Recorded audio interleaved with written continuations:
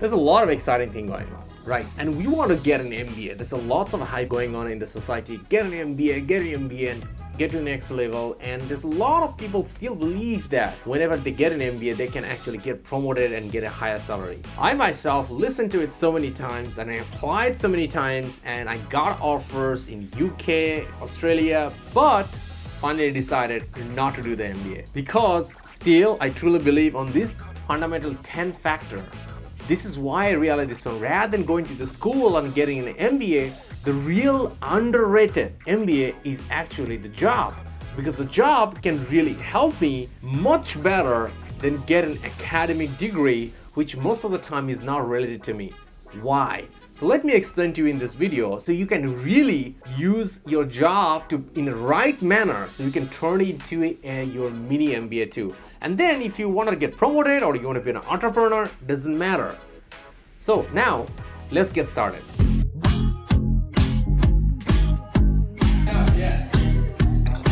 Sure.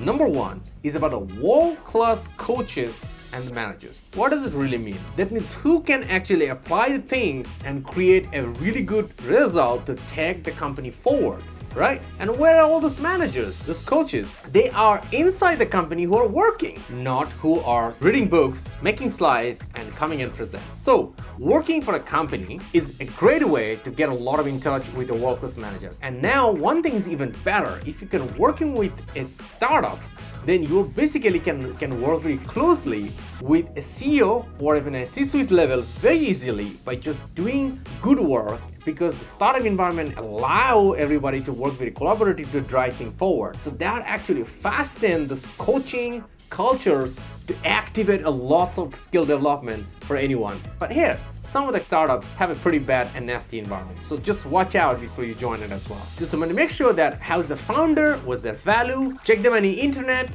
check them in social media platform, read about them, read their content, watch their content, and you know who they are and how they speak to. Number two, investment point. I could not convince myself about just thinking about investment. Let's talk about if I want to go for an MBA in UK or in Australia, it will cost me around $100,000 just for the tuition fee. Plus, I need to be there for 2 years. If I live like a very simple, it will be like $3,000 a month. So 2 years would cost me almost another $70,000. In roughly, I'm spending $200,000 just to get a degree, right? So now I'm just putting out my cash, hard-on cash to them to get a paper. But here's the point. My only losing point is not only that. My another very important point is about 2 years, I'm not working. So I'm not earning any money. So all the nest egg I have, I'm burning it out as well too. And now, after 2 years, I'm getting a certificate from the MBA school, which I cannot sell. The only way I can make money through an MBA is about I need to get a job, right? And probably a higher paying job if it's possible. It's often not often possible too. So now another thing, I can try to be a better entrepreneur. But I actually can learn by using my number one, the world-class coaches, to get all the skills, and then probably can become a partner on that company too. Because one of the best way is about being an entrepreneur is about become an entrepreneur. Join a startup, become really successful, make a big amount of contribution, and turn their job into a partnership role, and then become an entrepreneur, which is an entrepreneur. How amazing it will be for me if I could find a startup when I join in and I can become an entrepreneur and become a partner of the founder. And then it's incredible because then I have all the resources available and it could make me faster successful as well too. So now investment, right? $200,000, I just give it away to get a degree. I'm not cannot sell it. Number two, that $200,000 I can invest even in a stock market or even in real estate. I can get easily 10 to 15% return immediately per year. And I still have the $2,000 too. Doesn't really make sense. That's why I didn't do it. Number three, practical experience. Whenever we go to an MBA thing, we get into academics, we work on the demo projects and so on. So now I will tell you one thing. When I was in second year at my bachelor degree, I was very excited. I saw a lot of my classmates love to do GRE and they want to do a master immediately after grade out of school. I was also thinking I will do that too. Probably I will move to Canada and I will get my MBA degree or maybe master in science degree as well to MSc degree and try to get a scholarship. But after second year, I realized this one, I'm really tired and bored of doing this academic thing. Everything is demo. I need to do real stuff. So I can do the real thing, put the stuff in the real world and get people challenge challenge myself and I can get better, and I can get people give me feedback, suggestion, coach me so I can get better real faster. And that creates that practical experience. So everything I'm doing in a job giving me practical experience, and everything I'm doing in MBA, I'm getting academic experience. Number 4, immediate earning profit. Well, like I said, when I'm getting an MBA, I'm not earning anything. I'm just spending. I may try to get some part-time jobs, which is make my life suck and even can hammer my grade down too, because I need to work on those assignments and presentations and essays to actually get a good grade and prove I am really studying well. So the earning potential in MBA is pretty slim and often very thin. But now when I'm in a full-time job, I'm getting full-time salary, and I'm getting better, I can get incentivized, I can get promoted. So in 2 years, I could be even get promoted to the role I'm looking for. So I didn't get an MBA. I was senior manager at the age of 26 almost. So didn't matter. I was not super talented. I was not coming out from Harvard University. I just worked and learned and apply and improve myself. Get coaches, get mentors, get good managers, and I joined good companies. This is also matter. Number 5, that's a student debt. That is a lethal trap. So somebody work in an MBA and take a student debt. Let's say they get like around $300,000. They're in debt. And then after getting out of the school, now they're trying to earn more. Maybe they're earning got like 10% more, or maybe even 20% more. So let's do a quick calculation. In a situations like this, somebody is earning $100,000 a year. And then normally from $100,000, normally they save around $40,000 a year, and they live on in a $60,000. Pretty frugal, right? So now let's do this one. After MBA, somebody earning $150,000, but now their living standard goes up to 100K. So now they're saving like 50K. So ultimately, they're actually saving extra 10K with a little more better life. So now there is a beautiful thing. Take the 10K out of here, and now you take the 300K which you have spent just to get an MBA. So now slash 300K by 10K, which is actually the real gain, equal to 30 months. 30 months slash 12 is almost 2.5 years of income. So what does it mean? After getting out of school, almost 3 years, somebody is under the water, and then their heads come up. But now there's a guy who did not get the MBA, who did not get under the water, and they keep stacking their wall and bricks on top of the water too. So now that doesn't really make sense. That's why I didn't resign from my job and stick to my job and resign from the MBA. Number 6, networking opportunity. Yes, when we got an MBA degree, we can meet a lot of people, they are good positions, but we could do the same in our jobs too, like in a job, in a big companies.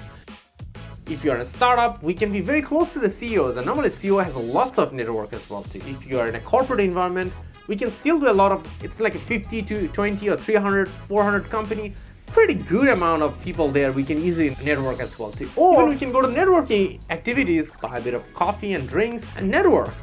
Doesn't really need to spend 2 years to get a networks as well. And we could actually invite all those people for coffee one-on-one to have a chat as well too, or join to their organization to learn as well too. Number 7, specific skill development.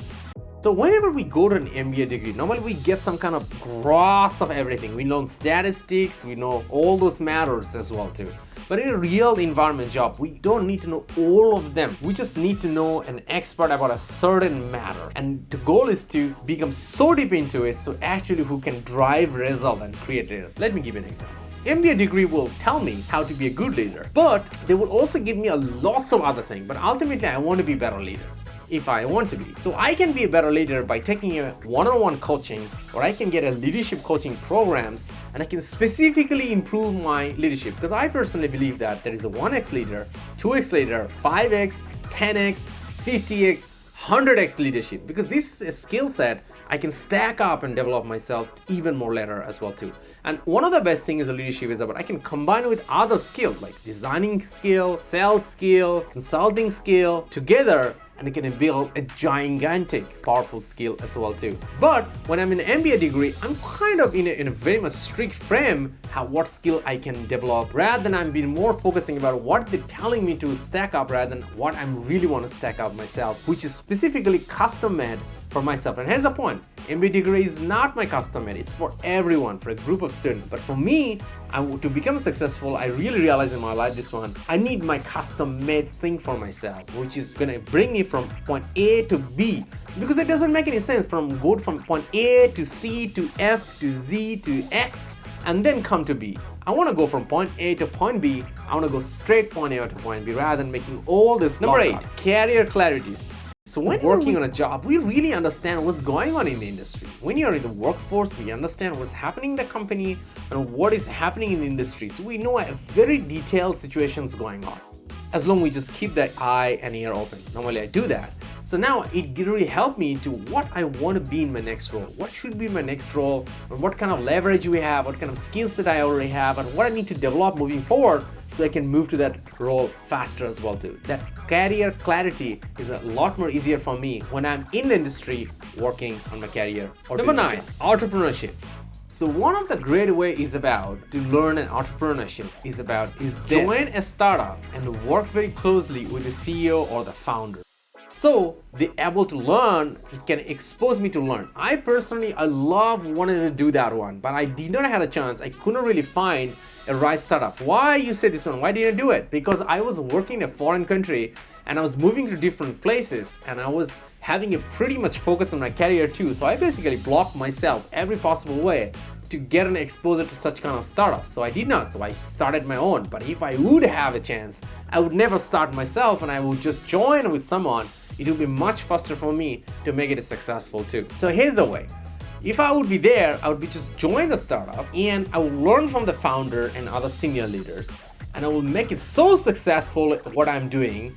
I will make it so successful by everything I learn and apply in my role. So finally I become so successful in the startup, they will say, hey, you don't need to go out. You stay here in the organization and you are having a chair in the back table. And that's called a real entrepreneurship. Number 10, certification. We can always get certification without getting an MBA certificate. So without getting an MBA, when we can get an MBA, we can get a mini MBA, which is also available online from edX, Coursera, and so on, and could be even better. There's a lot of training organization who has a customized training program, even could be 3 months or 6 months or even a year.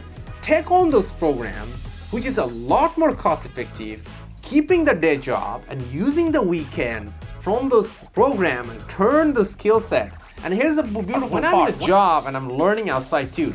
Yes, it really doesn't do all kind of fun thing, drinking and a little bit partying thing, doesn't allow, but it actually gives me one thing which is a big lever. Like whatever I'm learning from this training program, because I'm rather than learning it from a university, I'm learning from this training organization. Anything I'm learning, I can immediately apply in my work and see the impact. And if it's not seeing the impact, I can go back and challenge them and say, hey, I cannot apply it.